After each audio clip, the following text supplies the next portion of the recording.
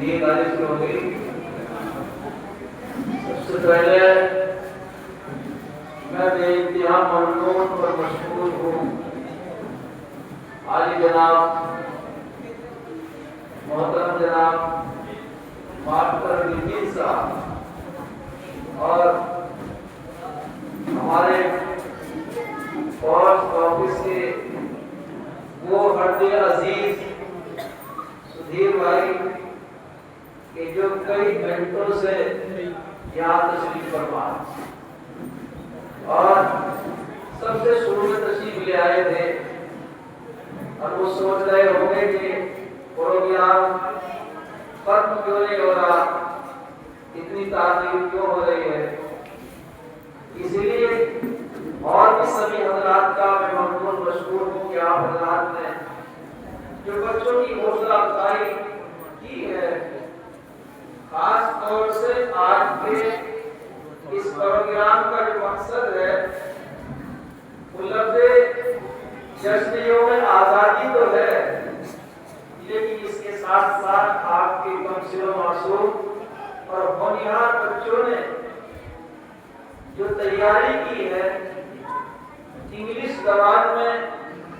اس کا ٹرانسلیٹر اردو میں اور پھر ہندی میں آپ کو سمجھانے کی کوشش کی ہے۔ بہرحال یہ آپ کی سماعتوں تک اس لیے بات پہنچائی گئی ہے تاکہ آپ یہ سمجھ لیں کہ آپ کے اس ادارہ مدرسہ انوار العلوم میں انگلش میڈیم اسکول سے کہیں زیادہ بڑھ چڑھ کر کے کام ہو رہا ہے۔ نہ سوشل میڈیا پر کوئی ہنگامہ اور اس کی تشہیر ہے اور نہ فلیکسی اور دلت کوچوں پر کوئی اس طرح کا شور شرابہ ہے۔ اللہ کے لیے خاموشی کے ساتھ میں کام ہو رہا ہے اور ہمارے جو مدرسین اور ہماری جو معلمات جو ٹیچر بہنیں اور بیٹیاں جن کی تعداد 7-8 ہے، وہ بڑے خلوص کے ساتھ میں الحمدللہ آپ کے ساتھ بچوں کی محنت کی جا رہی ہے۔ یہ چیز آپ کے سامنے آ چکی ہے۔ آپ کی ذمہ داری بنتی ہے کہ جب آپ نے اپنے بچوں کو یہاں اسٹیج پر ان کی زبان سے انگلش کے ورڈ اور عربی کے الفاظ، اردو کے الفاظ جب آپ نے اپنی زبان سے سنے ہیں، آپ کی ذمہ داری بنتی ہے کہ آپ اپنے بچوں کو مدرسہ انوار العلوم میں داخل کرائیں تاکہ دین اور دنیا دونوں تعلیمات کے بچوں تک پہنچ جائیں۔ یہ آج کے پروگرام کا اصل مقصد یہی ہے۔ اور پھر اس پروگرام کے ساتھ ساتھ جو لفظ جشن آزادی جڑا ہوا ہے، اس کے تعلق سے میں چند باتیں آپ سے کہنا چاہوں گا۔ ایک مرتبہ ذرا درود پاک پڑھ لیجیے، اللہم صلی علی سیدنا و مولانا محمد و علی آل سیدنا مولانا محمد وبارک وسلم۔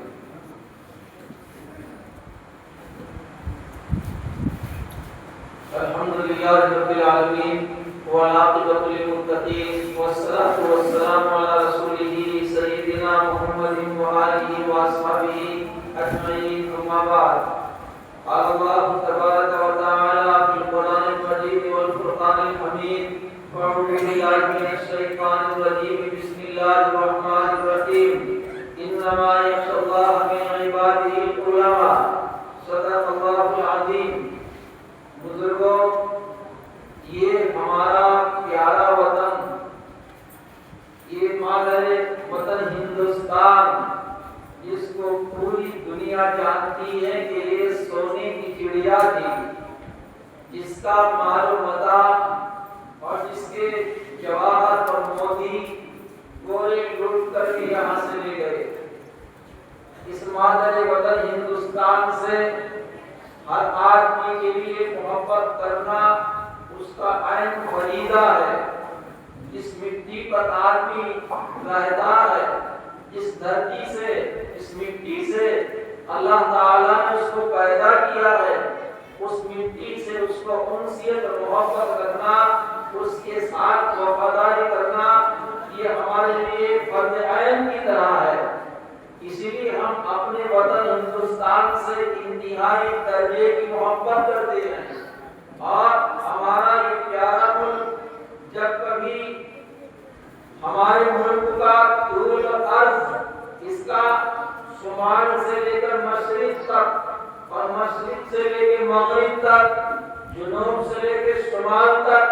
اور شمال سے لے کے جنوب تک، جب اس کی سرحدیں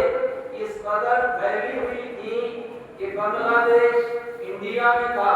پاکستان انڈیا میں تھا، سری لنکا انڈیا میں تھا اور اسی طریقے سے افغانستان بھی انڈیا میں تھا، یہ ہمارا پیارا ملک اتنا وسیع عریض تھا کہ چیز ہونے کی چڑیا کہلاتا تھا، لیکن بدقسمتی سے ایک وقت وہ آیا کہ ناپاک قوم انگریز نے اپنی عیاری اور مکاری کی بنیاد پر ہمارے ملک کے حکمرانوں کو نیچی نیچی باتیں سنائی اور ان سے یہ کہنا شروع کیا کہ ہم چاہتے ہیں انگلینڈ گورنمنٹ نے، ایسٹ انڈیا کمپنی نے ہمارے ملک کے حکمرانوں سے معاہدہ کیا کہ ہم یہ چاہتے ہیں کہ ہندوستان خوشحال ہو اور ہم یہاں کا مال بدیش میں لے جائیں، وہاں کا مال یہاں لے کر کے آئیں، آپس میں روابط اور ضابطے ہوں اور ایک دوسرے کا مال آمد رفت ہو اور خرید و فروخت کی جائے اور اس کے ذریعے جو ہے دونوں ممالک کو یہاں بھی جو مال آئے گا اس کو بھی یہاں سے لے جائے گا، اس کو بھی دنیاوی اعتبار سے منافع ہوگا، فائدہ پہنچے گا۔ یہ اس طرح کی میٹھی میٹھی باتوں میں وقت کے حکمران آئے جو ناعاقبت اندیش تھے، جن کو یہ معلوم نہیں تھا کہ انگریز ناپاک قوم کی نیت خراب ہے۔ ایسٹ انڈیا کمپنی نے ہندوستان کی گورنمنٹ سے معاہدہ کیا کہ ہم چاہتے ہیں کہ باہر کی کرنسی یہاں لا کر کے لگائیں، جیسا کہ آج باہر کی کمپنیاں انڈیا میں آ کر کے یہاں کام و کاج کر رہی ہیں اور وہ جھانسا نہیں دیتی ہیں کہ ہاں ہم باہر سے اپنا مال تیار کریں گے، یہاں لائیں گے اور یہاں کی کچھ اشیاء باہر لے جائیں گے، ملک خوشحال ہوگا، یہاں کے بسنے والوں کو فائدہ اور فیض پہنچے گا۔ اسی طریقے سے ایسٹ انڈیا کمپنی نے وقت کے موجودہ حکمرانوں کو یہ جھانسا دیا۔ مختصر یہ ہے کہ یہ وقت بہت زیادہ ہو چکا ہے اور ہمارے مہمان مکرم کئی گھنٹوں سے یہاں پروگرام کو سماعت فرما رہے ہیں کہ سن 1700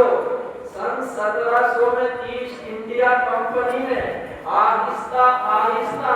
ہمارے اس ملک پر قبضہ جمانا شروع کر دیا اور اپنے ناپاک منصوبے آگے بڑھانا شروع کر دیے، یہاں تک کہ حال آگے بڑھا اور ایک دن وہ پہنچا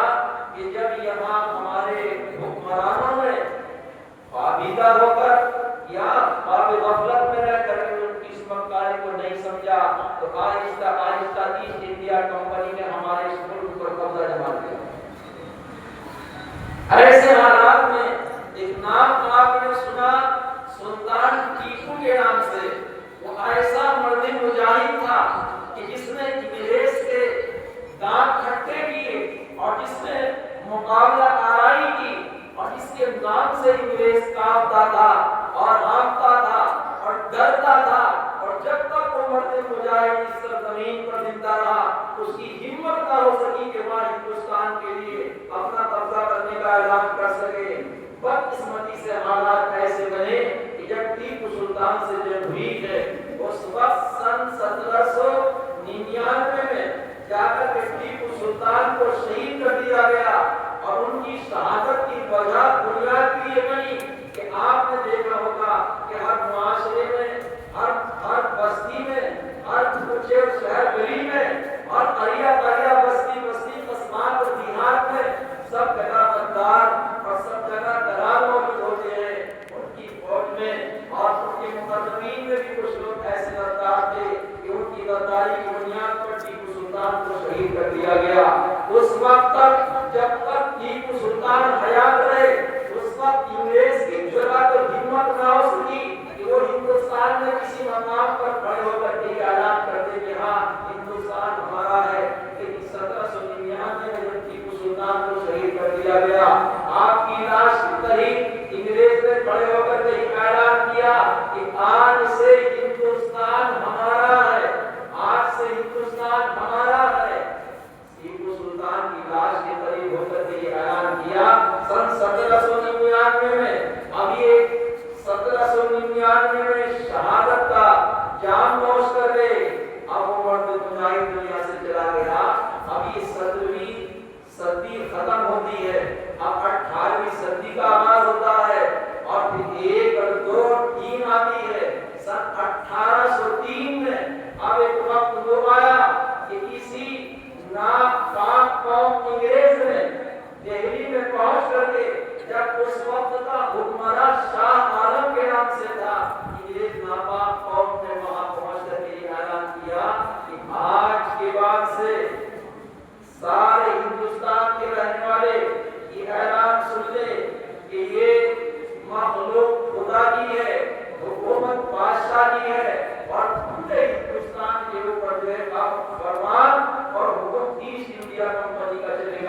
1803 کے اندر یہ اعلان کیا گیا. یہ بھائیو بہت سارے حکمراں تھے، نواب تھے، بہت سارے چھوٹے بڑے راجا مہاراجا تھے اور کئی کئی جگہوں پر ان کی حکومتیں تھی،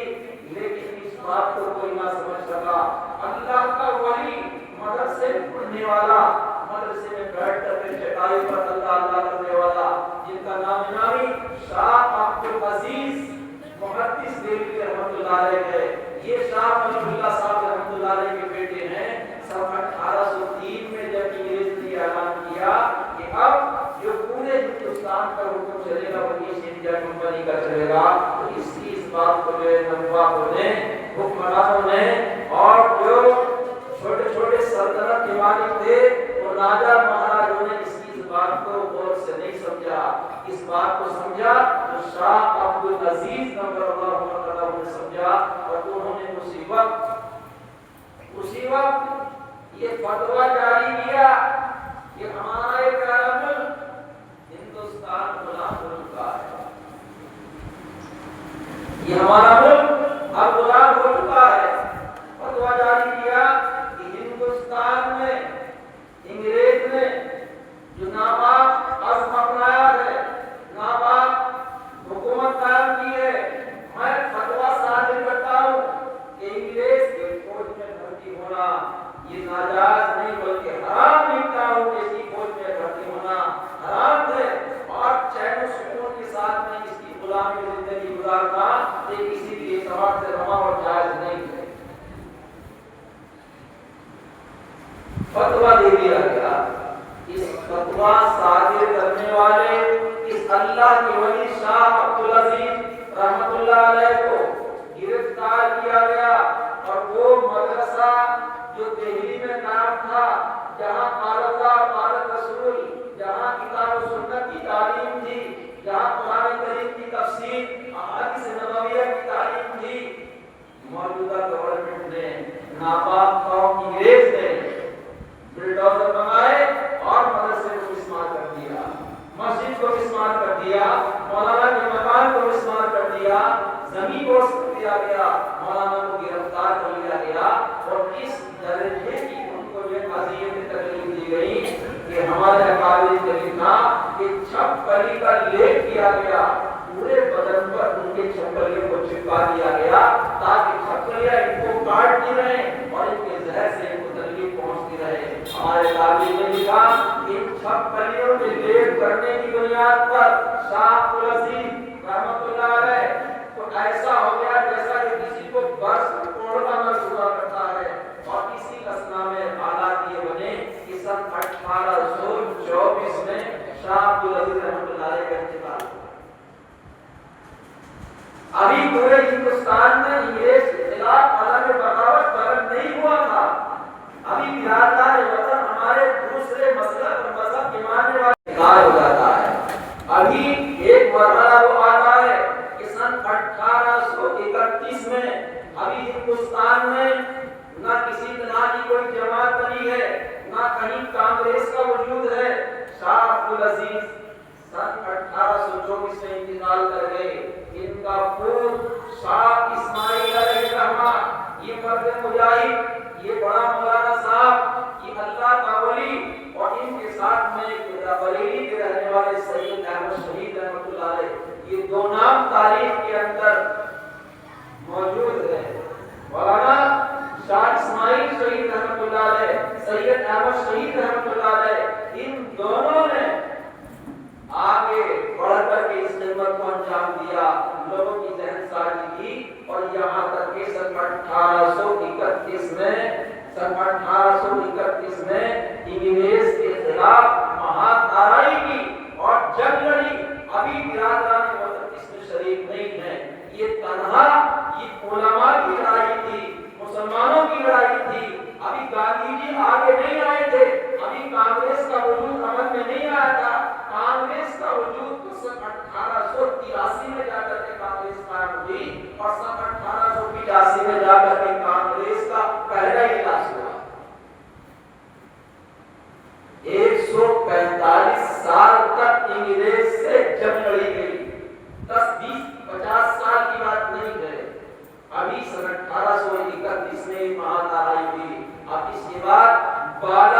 کے میدان میں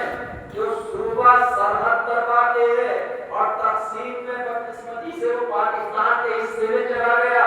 وہاں کے لوگوں کی بہادری اس وقت مشہور تھی۔ ان اکابرین نے شاہ اسماعیل شہید رحمۃ اللہ علیہ اور سید احمد شہید رحمۃ اللہ علیہ نے اپنے جانثار کو، اپنے ساتھیوں کو، علماء کو ساتھ میں لے کر کے بالاکوٹ پہنچ کر کے جو جنگ آزادی لڑی ہے، تو ابھی 1857 میں جنگ آزادی لڑی ہے، اس میں ہمارے برادران وطن بھی شریک ہیں۔ اس لیے کہ مسلمانوں نے دیکھا کہ اس میں جو کچھ نقصان پہنچا ہے، ہم نے جنگ آزادی لڑی ہے اور تنہا اگر غیر مسلم بھائی کی جنگ آزادی لڑیں کامیابی ناممکن ہے، مسلمان علیحدہ لڑے کامیابی ناممکن ہے، کامیابی چلی نہیں سکتی اگر سب کے سب ایک جگہ اکٹھے ہو کر کے اجتماعی طور پر اس کا مقابلہ کریں۔ میرے بھائی بالاکوٹ کے میدان میں شاہ اسماعیل شہید رحمۃ اللہ علیہ اور سید احمد شہید رحمۃ اللہ علیہ ان کو بھی شہید کر دیا گیا۔ ہم لوگ بچے پوچھے رہے تو ابھی لوگوں نے ہمت نہیں ہاری اور اس کے بعد پھر پٹنہ کی طرف رخ کیا، یہاں تک کہ تاریخ بتاتی ہے کہ میرٹھ شہر میں جن 153 لوگوں کو ایک ہی مرتبہ پھانسی کے پھندے پر لٹکایا گیا، اس میں سے اکثریت علماء کرام کی تھی۔ مؤرخ نے لکھا کہ سن 47 میں جب جنگ آزادی لڑی گئی تو اس وقت جو علماء کی تعداد تھی وہ 33,000 خالی علماء کرام تھے، اور جب ہندو مسلمان دونوں کے دونوں مل کر کے انگریز کا مقابلہ کر رہے تھے، اس وقت حالات یہ بنے کہ انگریز نے ابھی اعلان عام کیا کہ اب کسی کا سرٹیفکیٹ نہ دیکھو، یہ نہ دیکھو کہ ہاں یہ مولانا ہے یا قاری صاحب ہیں یا امام صاحب ہیں، بلکہ جس کے چہرے پر داڑھی ہو، جس کے بدن کے اوپر اسلامی لباس ہو، اس کو اٹھا کر کے سر قلم کر دو یا اس کو کسی درخت پر پھانسی کے پھندے پر لٹکا دو۔ حالات اتنے سنگین ہو چکے تھے کہ دہلی کے اندر 1,000 سے زیادہ مدارس اسلامیہ تھے جن کو تہس نہس کر دیا گیا، بلڈوزر چلوا دیا گیا، اور اس میں جو اکابرین نے قربانیاں دی ہیں، آپ ان چند منٹ میں آپ کو ایک مختصر سی جھلک آپ کے سامنے ڈالتا ہوں۔ ایک مولانا صاحب ہیں، وہ آپ بیتی بیان کرتے ہیں، اور چاندنی چوک کا میدان ہے، اس کے چاندنی چوک کے میدان میں انگریز حکمراں کا رہائش گاہ ہے، اس کا بنگلہ ہے، اس کی کوٹھی ہے، وہ خود لکھتا ہے، اس کا نام خامس ہے کہ مجھے پیدا کرنے والے کی قسم، جب میں اپنے بنگلے کے پیچھے گیا تو میری آنکھوں نے منظر دیکھا اور میرے کانوں نے آواز سنی کہ بڑے بڑے پردھاؤں میں تیل اٹھایا جا رہا ہے، اور وہاں 14 گاڑی والوں کو، 14 میلاؤں کو اور 14 اسلامی لباس والوں کو پکڑ کر کے میرے سامنے لایا جا رہا ہے۔ انگریز مؤرخ لکھتا ہے کہ مجھے پیدا کرنے والے کی قسم، میں نے یہ منظر دیکھا کہ اس پڑاؤ کے اندر جو تیز پھوٹ رہا ہے، چل رہا ہے۔ انگریز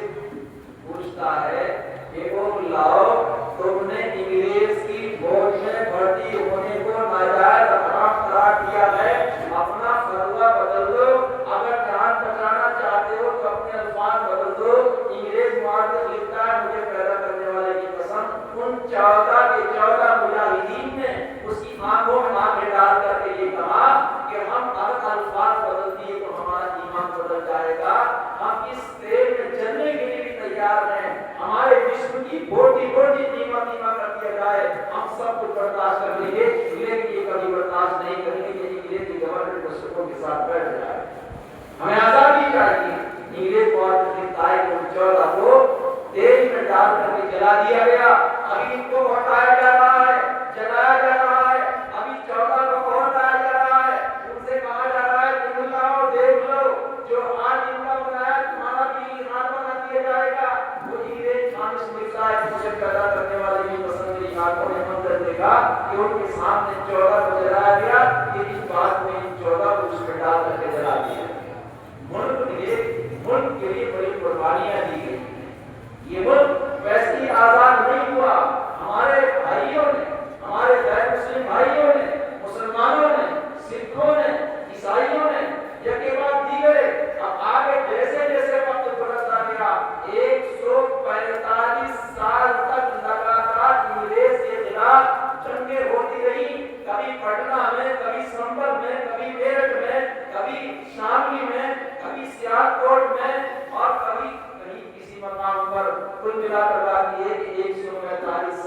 آج وہ دن دیکھنے کو ملا کہ جو دن آپ ترنگا آپ کے سامنے موجود ہے اور جس کے لیے ہم آج جشن یوم آزادی منا رہے ہیں، یہ جنگ آزادی کوئی ایسی مختصر کی تاریخ نہیں ہے، یہ بڑی ضخیم تاریخ ہے۔ آج مجاہدین کے نام اگر ان کو پڑھا جائے، ان کو لیا جائے تو کئی مہینے نہیں سال لگ جائیں گے۔ سارے مجاہدین کے نام آپ پڑھ نہیں سکتے، اس میں اتنے خون شامل ہیں اس ملک کی مٹی کے اندر۔ یہاں سارے مذہب کے ماننے والے لوگوں نے آگے جیسے جیسے وقت بڑھتا گیا دھیرے سے جناب بغاوت ہوتی گئی، یہاں تک کہ وہ آزادی جو شاہ عبد العزیز رحمۃ اللہ علیہ نے جس کے لیے اول میں فتویٰ جاری کیا تھا اور جن کے اوپر چھپکلی کا لیپ کر دیا گیا تھا، وہ جنگ آزادی کا دن اللہ رب العالمین نے دکھایا۔ اس مرد مجاہد کی زبان، اس کی دعا اور ان کے آنسو اللہ نے ایسے قبول کیے کہ ان کی تاریخ میں ایک بات یا ایک چھوٹی سی بات آپ کے سامنے عرض کر دوں۔ وہ کہتے ہیں کہ غازی پور میں جب شاہ اسماعیل شہید رحمۃ اللہ علیہ اور سید احمد شہید رحمۃ اللہ علیہ یہ دونوں پہنچے ہیں تو غازی پور کے نواب نے اپنے بیٹے کو سامنے لا کر کے کھڑا کر دیا اور ان دونوں مولانا سے یہ کہا کہ وہ مجھے اسماعیل علیہ السلام ابراہیم علیہ السلام کی قربانی کا واقعہ جو قرآن میں ذکر کیا ہے وہ یاد آتا ہے، اور عرض کیا کہ مولانا صاحب آپ میرے اس بیٹے کو جنگ آزادی کے لیے قبول کیجیے اور جہاں اس کی ضرورت پڑے آپ اس کو لے جائیے اور آپ اس کو کسی موقع پر شہادت دیں۔ یہ جام شہادت کا جام نوش کر کے ایسے مقام پر ایسی جگہ پر اس کو لگا دی۔ لوگوں نے جان سے، تن سے، من سے، دھن سے، ہر طریقے سے ان کے لیے قربانی دی ہے۔ وہ الگ بات ہے کہ آج کے جو موجودہ حالات ہیں ہمیشہ حالات ایک سے نہیں رہتے۔ ہم تو بار بار یہ کہتے ہیں کہ گھبرانے کی ضرورت نہیں ہوتی ہے۔ گھر میں آپ کے 5 اور 4 بچے ہیں، سب کا مزاج یکساں نہیں ہوتا، کسی بچے کے مزاج میں گرمی ہوتی ہے، کسی میں نرمی ہوتی ہے، کوئی شرابی ہوتا ہے، کوئی نمازی ہوتا ہے، جتنے بچے ہوتے ہیں سب کا مزاج علیحدہ علیحدہ ہوتا ہے۔ ایسے ہی ہندوستان کی تمام پارٹیوں کا مزاج ہے، کسی کے خون کے اندر نرمی، کسی کے درد نرمی اور کسی کی سختی، اور وقتیہ طور پر یہ سب چیزیں وہ ہیں جو ووٹ بٹورنے کے لیے کی جاتی ہیں آپ کے ساتھ میں، اس سے زیادہ کچھ نہیں۔ ملک میں اگر فرقہ وارانہ فسادات اور تمام چیزیں آپ دیکھتے ہیں تو یہ بنیاد اور اس کا جنم بھی انگریز ہی چھوڑ کر گیا کہ مسلمانوں کو جو ہے مسلمانوں کو دیوبندی بریلوی شیعہ سنی میں بانٹ دیا گیا اور مسلمانوں کو اور غیر مسلموں کو سامنے کر دیا گیا۔ اس مکاری چالاکی کو آج بھی کچھ لوگ نہیں سمجھتے، لیکن اکثر ہمارے برادران وطن وہ ہیں جو سیکولر مزاج رکھتے ہیں، جیسے آپ کے ہمارے بستی کے اندر بھی کیسے سیکولر مزاج کے لوگ کئی گھنٹوں سے آپ کے اس پروگرام میں بیٹھے ہیں۔ میرے بھائیو، یہ ملک ہمارا پیارا ملک ہے، اس کے لیے ہم نے بڑی قربانیاں دی ہمارے کافرین نے، اور کی قربانیوں کو اللہ تعالیٰ جاری و ساری فرمائے۔ آپ سے ایک اعلان یہ بھی کرنا تھا کہ دیکھو جس چہار دیواری میں آپ بیٹھے ہیں، اس چہار دیواری کی رنگ و رونق کو آپ دیکھ رہے ہیں، اس میں کتنا پیسہ خرچ ہوا ہے، اور اس میں مختلف طریقے سے ایک حاجی صاحب، حاجی لیاقت صاحب سب لوگ اپنی زندگی کو وقف کیے ہوتے ہیں۔ جب آپ دوپہر میں سو رہے ہوتے ہیں 2 بجے 2:30 بجے تو وہ اللہ کا بندہ یہاں بیٹھے ہوئے کبھی پانی سے کی صفائی کرنا، کبھی یہاں ٹیرس لگانا، کبھی فرش کی کو انجام دینا، 24 گھنٹے ایسا ہے کہ لوگوں نے پاگل کہنا شروع کر دیا۔ حقیقت میں وہ اللہ کے لیے اور بندوں کے لیے سب کے لیے اپنا جو 24 گھنٹے کا وقت کر رہے ہیں، اس وقت یہاں وہ ایک طرح سے اللہ کے لیے فنا فیلا جس کو یہ پاگل ہی کہا جاتا ہے کہ اللہ کی محبت میں فنا ہو جائے، ورنہ تو آپ کیا کمل بنائیں گے، آپ کیا انہیں پردھان بنائیں گے؟ نہیں، حدیث نہیں۔ ان کا نظریہ یہ ہے تاکہ میں کوئی کام کرنے سے پہلے ایسا کر جاؤں کہ اس سے لوگ مجھے یاد کریں، اسی طرح اس جدوجہد کے ساتھ میں یہ کام بھی آپ نہیں کریں، اور یہ کام میں کتنا کام ہوا، اس سے پہلے بھی کتنی کمیٹیاں تھی، وہاں بھی کتنا کام ہوا، آپ کی نظروں کے سامنے ہے، اور اس کے علاوہ بھی اور بھی اہتمام ہے، اور اس کے لیے بھی آپ دیکھ رہے ہیں 60 پیسے 70 ہزار روپے کا اہتمام ہوا ہے ٹیرس کا، کہاں سے وہ ساتھ بھی نہیں کیا، نہ کوئی مسئلے کا پتا، نہ کسی طرح کو شکوہ دیا، نہ کوئی نیند خراب ہے کہ آپ یہ نیند نہیں آ رہے، پیسے بھی خرچ ہو گئے، بس ایک بیڑا اٹھایا، جس نے جو کہہ دیا وہ دے بھی دیتے ہیں، آپ بھی لوگ دیتے ہیں۔ بہرحال اس سلسلے میں جو ہے کل کے لیے کل 3 بجے سے اصلاحی پروگرام مذکورات کے لیے آپ کی اہلیہ، آپ کی بیٹی، آپ کی بہن ان کو بولتے میں پردے کے ساتھ 3 بجے یہاں بھیج دیجیے گا۔ عالیہ کا صاحب نے پروگرام رکھا ہے کہ کل کو اس میں 3 بجے انشاءاللہ مختصر سے انداز میں جیسے ٹوٹے پھوٹے عالم کی جو ہے گفتگو ہوگی اس میں، اور دعا بھی ہوگی آپ کے کاروبار کے لیے انشاءاللہ۔ تو اس کے لیے آپ لوگ سب گھر اپنے اہلیہ بیٹی کو اجازت دے دیں 3 بجے یہاں پہنچ جائیں تاکہ عصر کی نماز سے پہلے جو ہے فراغت کی بجائے اللہ تعالیٰ ہم سب کو پہلی سنت سے زیادہ ہونے کی توفیق عطا فرمائے، اور یہ دعا کریں کہ ہمارے سدیر بھائی اور ہمارے طبیب صاحب ہیں اللہ تعالیٰ دنیا کے اعتبار سے بھی تو خوب خوب ترقیات سے نوازے، اور اللہ تعالیٰ کی محبت کا سیراب عالم جو ہے عطا فرمائے کہ ہر سال ہمارے کہنے پر بیچارے کئی گھنٹے تک آپ کی ہماری محبت میں آتے ہیں۔ اللهم صل على سيدنا مولانا محمد وعلى ال سيدنا مولانا محمد وبارك وسلم۔ ربنا ظلمنا انفسنا وان لم تغفر لنا وترحمنا لنكونن من الخاسرين، ربنا آتنا في الدنيا حسنة وفي الآخرة حسنة وقنا عذاب النار۔ اے اللہ ہمارے گناہ کو معاف فرما، ہماری تمام کو درگزر فرما، ہماری اس بستی میں اتفاق اور اتحاد پیدا فرما۔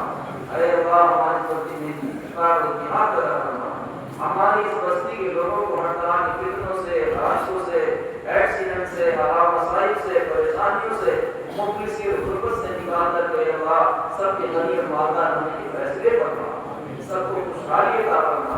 سب کی اولاد کو نیک صالح بننا آسان فرما۔ ہمارے ماں نبی صاحب نے بڑا اچھے طریقے سے روشنی ڈالی تھی، اللہ تعالیٰ ہماری نسلوں کو شراب سے، زنا سے، جوئے سے، سجدے سے محفوظ فرما۔ اے اللہ ہماری نسلوں کی حفاظت فرما، ہماری جان کی، مال کی، آب کی، عزت کی، ایمان کی حفاظت فرما۔ تیرا نے وطن کو بھی ہماری محبت عطا فرما اور ان کو بھی ہماری محبت عطا فرما۔ ایک دوسرے کے ساتھ نشید و شکر دودھ اور چینی کی طرح سے مل جل کر کے زندگی گزارنا آسان فرما۔ ایک دوسرے کے دکھ اور درد میں کام آنے والا مزاج عطا فرما، ایک دوسرے کی محبت عطا فرما۔ اے اللہ عالیہ کا ساتھ میں برکت عطا فرما، مولا کریم کے عزائم ارادوں کو پوری طرح کامیابی عطا فرما۔ مدرسہ معلوم کی طالبات اور تعلیم علم جن بچوں نے پروگرام منعقد کیے ہیں اللہ ان بچوں کو من میں برکت عطا فرما، ان بچوں کو علم نافع عطا فرما، مدرسین کو اجر عظیم عطا فرما، اور جن لوگوں نے حوصلہ افزائی کی ہے کام دل میں کرتے سننے جان مان سے تعاون کیا ہے اللہ تعالیٰ ان سب کو اجر عظیم عطا فرما۔ مدرسے کا تعاون کرنے والے مسلم اور غیر مسلم سبھی بھائیوں کو اے اللہ اس کا اجر عظیم عطا فرما، ان کی نسلوں کو آباد فرما، ان کی نسلوں کو عزت عطا فرما، انہیں چین و سکون کی زندگی عطا فرما۔ مولا کریم حسن معلوم کو تجربت سے محفوظ فرما، ہر طرح کی شروع فتن سے ہم سب کی حفاظت فرما، ہماری بستی والوں کی حفاظت فرما، جو کچھ مانگا گیا عطا فرما، جو مانگنے سے رہے وہ بھی عطا فرما۔ سبحان ربک رب العزت عما یصفون والسلام علی المرسلین والحمد للہ رب العالمین۔